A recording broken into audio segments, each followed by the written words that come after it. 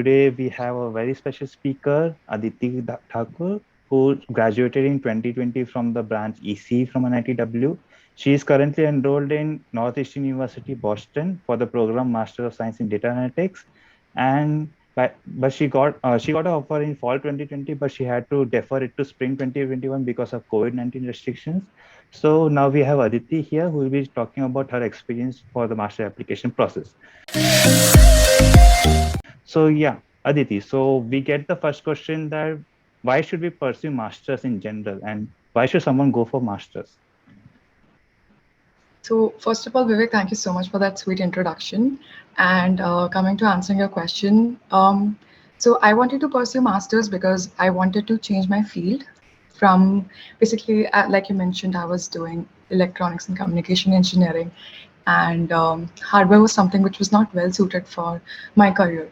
So I wanted to change that field and start a fresh career in the current field that I'm pursuing right now, which is data analytics. And obviously, of course, because I wanted to expand my knowledge in this current field that I'm doing and explore more future employment opportunities for the same. So yeah, that's why I chose to pursue masters. Yeah, that's a good answer. So one question that I receive from a lot of people is that when should I start my master application process? When should I think to apply for masters, and how should I go about with profile building and all those things? Right. So that's a very good question. I would recommend that you start planning all this when you start your third year. Basically, you should be registering for the GRE and the TOEFL exams uh, in your 3-2, I would say. I mean, I think that's the best time when you have to be like done with all these exams. Because after 3-2's summer break, that is when you start researching about colleges and universities and what program suits, your interests. And because by 4-1, you basically have to start applying. And applications is again a very big process. It takes really, really like big amount of your time. And so yeah, you have to even start working on your SOP because that again takes a lot of time. So 4-1 is basically where you start applying, and 4-2 is basically when you get all your results and admits or rejects, whatever. So yeah, that was like the timeline. And about building your profile, I would say you can do volunteering because that really helps. Volunteering activities and extracurriculars, that's again like that just increases your application a lot. And there's this SOP, you really have to focus on your SOP. And if you're a little bit into sports or again like any extracurriculars, that would definitely help. Yeah, that cleared it all. And okay, so you have mentioned about the university selection procedure. So could you throw some light on it? How did you go about university selection? Vivek, can you repeat the question again? Yeah, yeah, Because I think your audio got yeah. a little stuck. So since you have mentioned about the university selections and you told that you spent your entire summer break on deciding the universities and courses. So what strategy that you used to come up with a university? Yeah, this university suits me and this university is not my cup of tea. Right. So I had made up my mind that I have to go to US, and after I had decided upon that, okay, now I'm going to focus on US universities. I basically categorized the universities into 3 categories. So there's safe, there's medium, and there's ambitious. So one thing that I'd like to say here, which a lot of people kind of do, is that they'll go to top US universities, and they'll see the top 10 or top 20, and they'll just blindly apply to those top 10 or top 20 universities. And that is like all ambitious universities. So that's kind of a mistake because I mean sometimes you don't end up getting admits from these really ambitious universities. So you should always have your options open. That's why it's really important to categorize your choice between these 3 kind of broad categories. And I would like to share the resources that I used over here. I mean, Yocket is one really good resource. I mean, I got sort of an idea about the universities where they lie. Maybe not the entire clear picture, but at least some idea. And yeah, that is how basically I selected the universities. And then obviously you start looking at the programs different universities offer different programs, they have different course structure. Basically, there's just lot of research there, but this is the major thing that I'd like to say is always categorize your universities and then apply to all the categories so that you always have more options. Yeah. So yeah, that cleared it all. So I have one follow-up question from that. Most of people tend to confuse between which is the safe university for me and how should I be confident that yeah, if I apply to this university, I will get it. So how did you go about with it? So that is something that you have to come up with research. So, like I said, Yocket gives you kind of a good picture that like you just enter your scores and everything, and it will tell you what kind of safe universities are suited for you according to your topic or your course. And after that, you can just go to university websites and look at their minimum GPA requirements or minimum GRE score requirements. Some universities have statistics posted like that. So you can never be 100% sure about these admits, but like you will always have this kind of intuition in your head that, okay, if I'm applying to, let's say, some XYZ university after, doing a good amount of research or maybe reaching out to people on LinkedIn who have gotten admit in those universities, asking them, about their profiles. So yeah, these kind of things will definitely help you get a more clear picture about that. Yeah, that was quite a good answer. Yeah, one more question. How many universities did you apply for and how many of them were ambitious? Right. So I applied to 12 universities, and I would say I went with a good percentage of them being ambitious. So I think around 5 or 6 were ambitious. I think 5 were ambitious. Yeah, Yes. So one question and that all were, yeah, yeah. Say. So yeah. yeah, and all were rejects. So I mean, Mhm. that's so. I mean, I was glad that I had other safer options as well. Yeah, I understood. So one question that I've been receiving is, should is there a interview process as a part of application, or is it like you get to admit directly? So it totally depends on the kind of program that you're applying for. Mostly the business schools. If you are, let's say, like for me, I was applying to business analytics in Purdue, and it fell under the management school. So if it's something like that, they will always, ask for an interview. But if it's something which is technical, I have not really experienced, like I have applied to a lot of universities, and even I know a lot of friends who have applied to other universities as well, and they usually do not ask for an interview. It's usually the management schools and the business schools if your course falls under that particular department. Yeah, yeah. Thanks for the answer, and it really cleared up a bit of question, a bit of ambiguity regarding the interviews.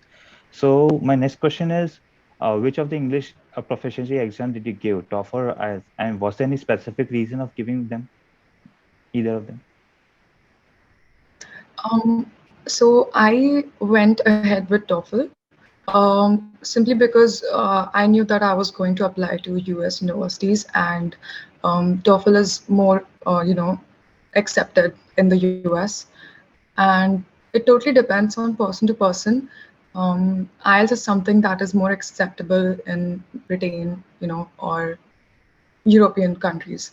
So, according to the kind of program that you're applying and according to the kind of region you're looking for, I think you should, select if you're going with TOEFL or IELTS. Yeah, agree. So, as you mentioned in the application procedure, that essays, SOP is one of the important parts. So, can you share your experience about how did you go about it, and can you just throw some light on it? Yeah. So, one major advice that I'd like to give in bold here, that please do not go through the sample SOPs before coming up with your own draft.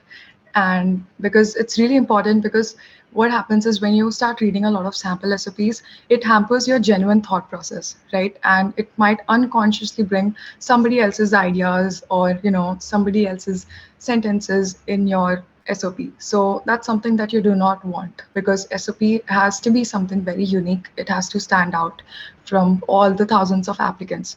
So yeah, that is one major advice that I'd like to give about going forward with the SOP process.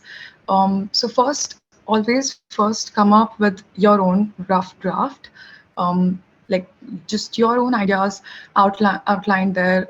It doesn't have to be very polished, but just a rough draft, and then you should go on reading other sample SOPs, because then you need sort of the track, like how you should go about it.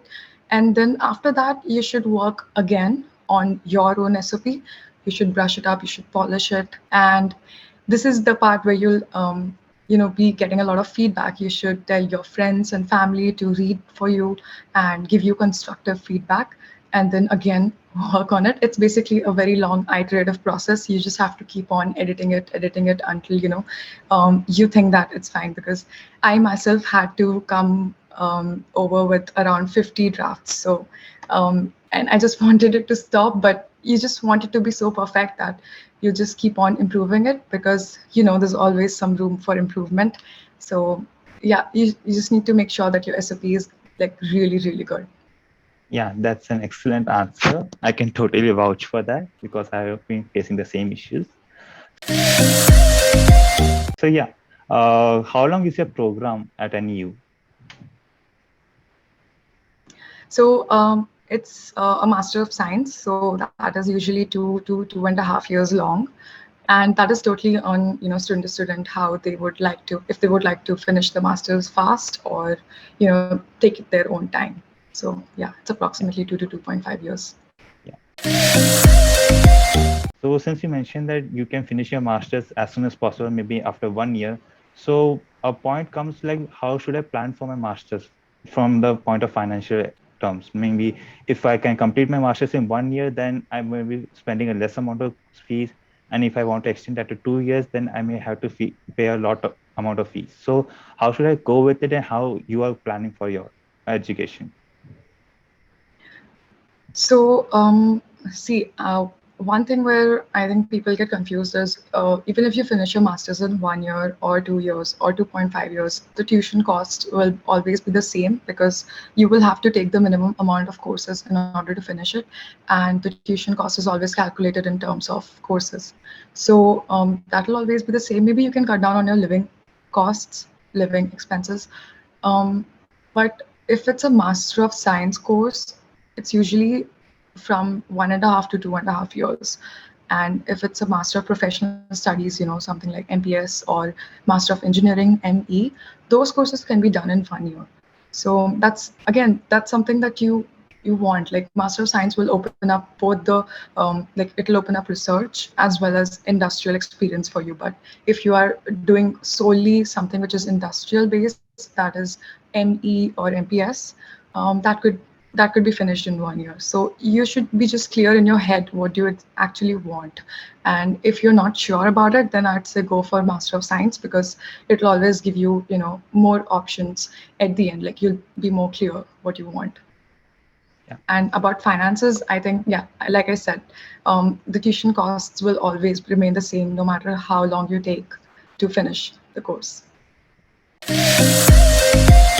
So how are you financing your education? Are you taking any loans? Yes. So I have taken an educational loan from Prodigy Finance UK. Um, yeah, that's how I'm financing my Yeah. education. So, like, is there any particular settlement which we have to look for bank for loans because like every loan has some interest with it. So, is there any specific bank should I look for, or Prodigy Finance, or maybe ICICI Bank or some other banks? Right. So, firstly, actually, I was looking at Indian banks for my education loan as well, but there was a catch with it. They were not letting me take the student loan because I happened to be an NRI, and apparently NRI students are not allowed to take loans from Indian banks. So that's why I had to go out of India and search for Prodigy Finance, which is a UK-based bank. But if you're looking for Indian banks, I would say, I mean, I called every bank and I asked. So I think HDFC Credila is a one good option because they give loans without collateral. So that's a really good option with a pretty good interest rate as well. I'm not sure, it's somewhere between 7% or something. And then there's SBI. Their interest is even more lesser, but they had collateral. So if you're ready to give some collateral, then I think SBI would be a better choice. But again, like I think you can call them up, and the agents are really always like very helpful, and they'll answer all your queries. So you can always just call them up and ask them about the rates, and then just pick one which is best suited for you. Yeah, that sums it all. It's more of a comparison between other banks, and it's a fun option for you. So yeah, so like everyone Yeah. usually asks me the question that what are the future prospects, and how should an how can an international degree like NU can forge me to get a job after my masters, and how should I be looking for that? So first of all, I'm just going to like give you a very specific answer because you mentioned NEO, and this is the reason actually why I picked NEO, because NEO has this co-op program. I'm not sure if everybody knows about this, but so this co-op program gives you an opportunity to work for full time while you're actually doing your masters itself. So after you finish 1 year, it's something like an internship, but it's actually a full time opportunity.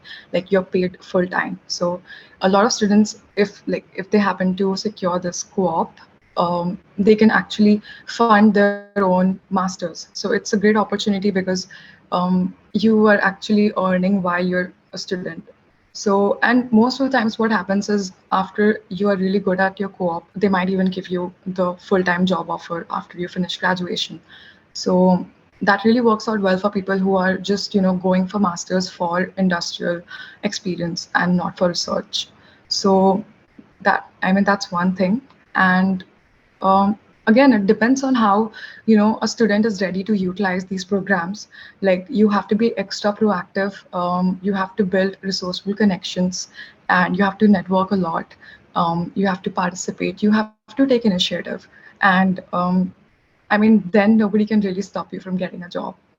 Yeah, that's an excellent answer. And probably people will be looking for these network building and all those things when they're in their masters, so that it will fetch them a job at the end.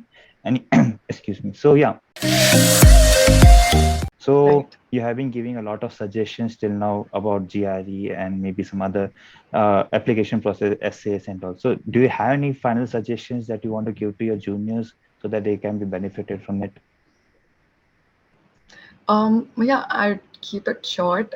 So I'd just like to say that do masters not for the sake of earning another degree that's just gonna be a souvenir on your wall, but do it because you're passionate about it and you genuinely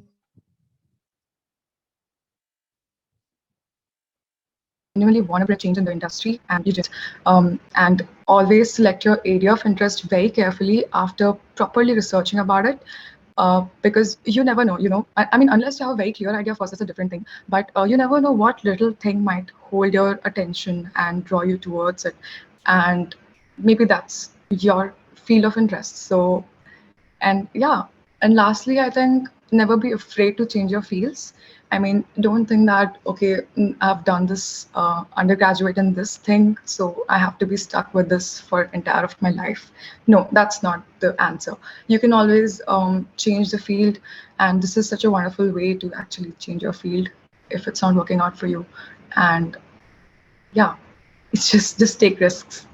That's totally fine. Yeah. Thank you very much for your time, and thank you very much for giving the suggestions for your future aspirants. I hope people watching this video will get a lot of info about how do they select the universities, and is there a university with a co-op program like NU which may help them for the job prospects in the future. And yeah, thank you very much, Aditi, for taking out your time to give us some suggestions for the juniors and taking our time for this interview. Thank you very much. Thank you so much, Vivek, for calling me here. It was a wonderful opportunity, and always feel free to reach out to me. I'll be glad to help out anybody who is reaching out to me. And yeah, I hope I cleared a lot of your queries. Thank you. Yeah. Thank you so much. Bye bye.